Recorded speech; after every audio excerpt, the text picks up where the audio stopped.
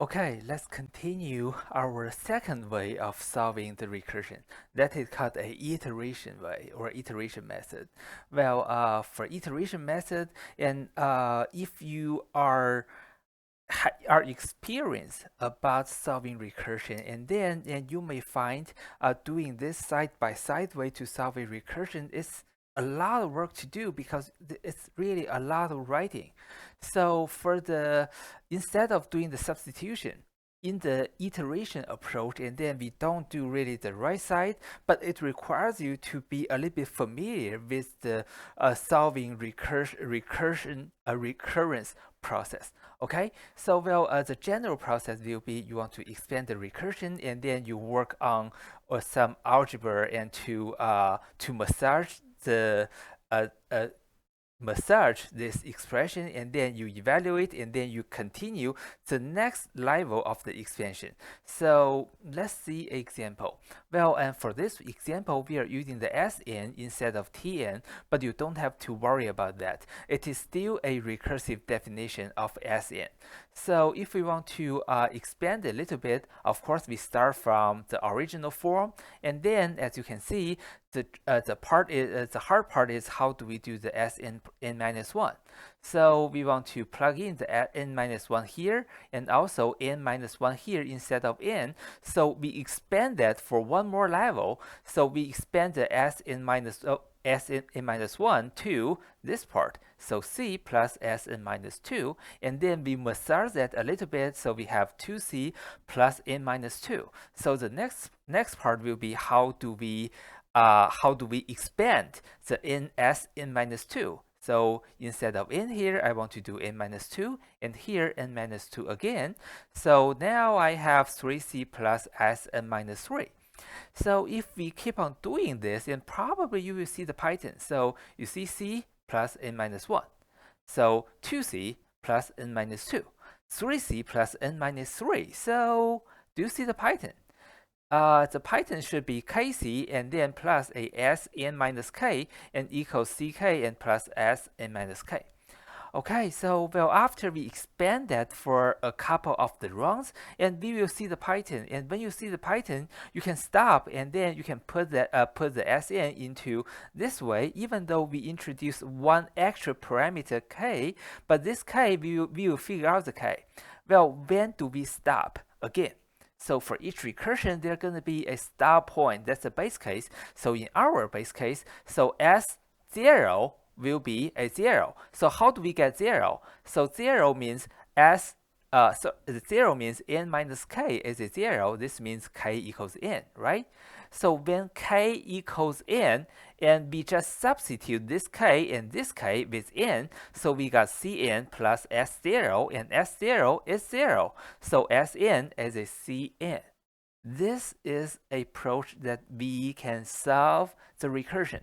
And the thinking is similar, but we don't want to do the side by side because it just takes a lot of writing. And for some of the easy cases of the recursion, or your experience with solving recursion enough, and then you don't have to use a substitution to save you a little bit of the writing time. Okay, so now we have finished solving this one, and this is c plus Sn minus 1. So let's see the next part. The next part will be n plus Sn minus 1. So this constant c has been changed to n.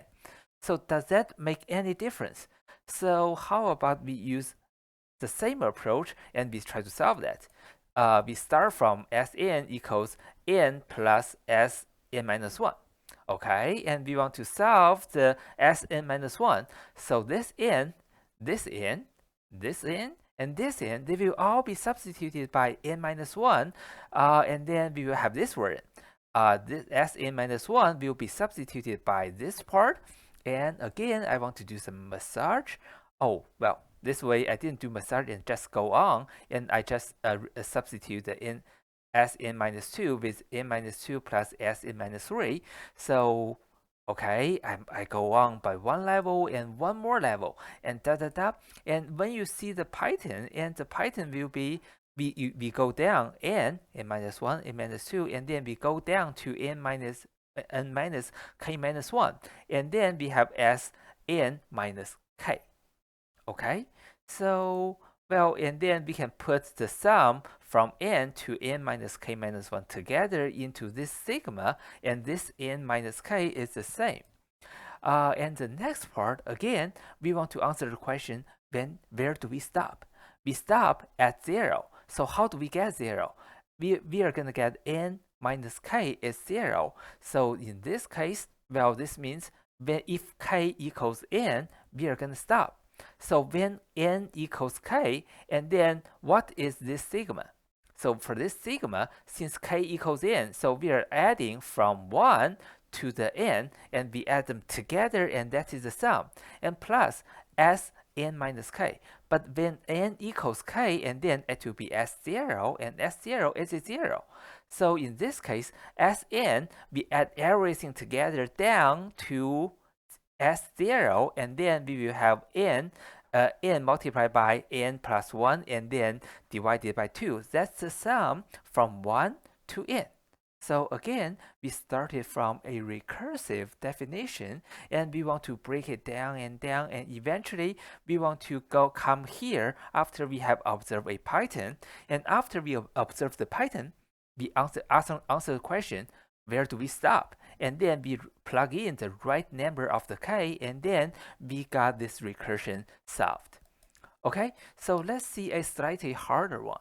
So for this one, you may find using the iteration way is not so handy, especially if you find you get lost in the middle. So for this question, if I were doing this by myself, and probably I will use the substitution way instead of iteration way. But anyhow, let's see how we can solve that in the iteration way. So we start from here, 2tn divided by 2n plus c. Okay, and then we do one level. So t n divided by 2, and then in the parentheses we break it. We do one substitution. So 2tn divided by 4 and plus ac, and this not so easy to read, but anyhow, let's do some massage, and then we got this one. And after that, I want to figure out what is n divided by 4, tn divided by 4, and then I got this part, and again, I want to do some massage, and I got this. So as you can see, doing the iteration way in this case can really be annoying because you are doing a lot of the parentheses. But okay, let's move on. And after that, we do one more level, and we got 16 t n divided by 16 and plus 15c. Okay, so if you are doing all the manipulation of the equations correctly, and probably at this part you will see some of the pattern. So 2 powers 4, and then divided by 2 powers 4. And what is this 15? This is 2 powers 4, and then minus 1. Right? So, okay, now we can put this into using our observation to put that into a pattern. So that is 2 powers k and t n divided by 2 powers k and plus 2 powers k minus 1 and multiplied by c. Okay, so after we have this pattern figured out, and we want to ask the question again, how do we get to the 1? So when are we going to have the 1? And then we will end this, right? So this part, so t n divided by 2 to the k will be a 1, and this means what? This means k will be 2 log 2n. And then we replace this k, and this k with log 2n, and then we can solve this recursion, and eventually you will get n t1 and plus n minus 1 c. So t1 is what? T1 will be a c, so this one will be a constant. So a constant multiplied by n and plus n minus 1 multiplied by a constant. So eventually we will have this, and this is a polynomial version of the Tn. So we have seen 3 examples using the iteration way. I would say the first two problems, solving that with iteration is easy enough. You don't have to divide your working zone side by to 2 parts. But for the last question, this one, and I will say using the iteration to solve this one is a little bit hard because you are dealing with so many level of parentheses. Okay, so when you are solving recursions, and it's not really up to you on which one you want to use. And so far, we have learned two ways: the substitution and the iteration. So, well, this is the reading part. If you have watched my video and then you want to do further reading, and those are the sections you want to read. So we haven't really finished everything in section 2.3 yet. So you only have to do the reading of the 2.3.1, and section 3 is about big O, big theta, and big omega. So that's it for today, and thank you, and we'll see you next time. Bye.